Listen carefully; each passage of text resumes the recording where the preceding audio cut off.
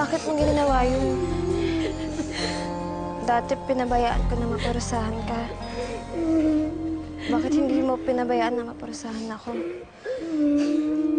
Pagkakataon mo na sana yun para makaganti sa akin. Hindi ko naman naisip na gantahin ko, Kevin. Totoo naman yung sinabi mo eh. Ako yung nag-isabuhan. Hindi ko hayaan na maparusahan kayo para sa isang bagay na kasalanan ko naman.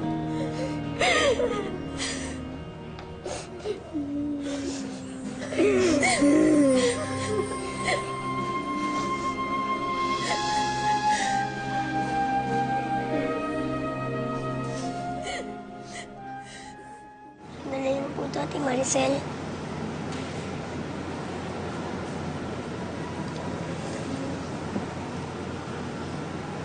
Salamat, Empoy, ha? Nakakaya naman. Ikaw yung mas bata, pero ikaw pa yung nag-aalaga sa akin. Dapat nga po kami po magpasalamat sa'yo dahil hindi mo po kami pinabayaan na masaktan. Oo nga. Maraming salamat po, Ate Maricel. Wala yun. Thank you, Ate Maricel.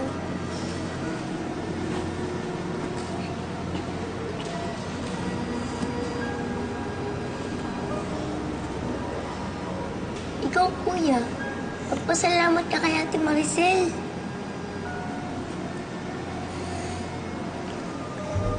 Salamat po, Ate Maricel. It's my turn.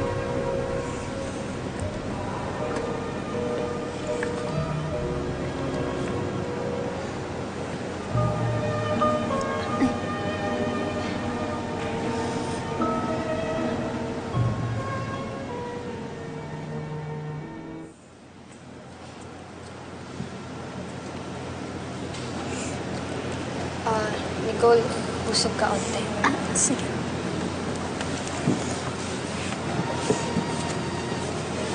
Ate Maricel, gagamutin kita.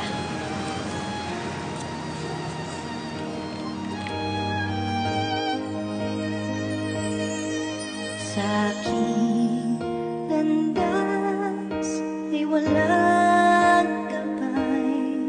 Sa aking paglaki ay walang umalalay. Bawat gabi hinihintay ang iyong pag-uwi. Oh my mama, oh my mama. O kahirap pala ang buhay na sabik sa piling at pagsuyo ng isang ina. Bawat araw lumilipas. Kaya yan. Gagaling na yan. Ako rin. Yun din yung ginagawa ng mama ko sa akin. Iyang tatay mo po.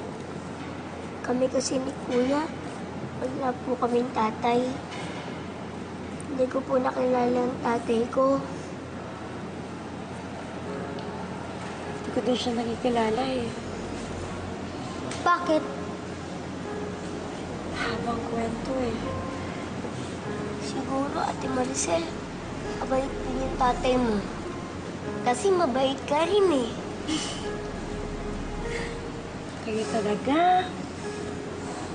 Napakabubuti niyong mga bata.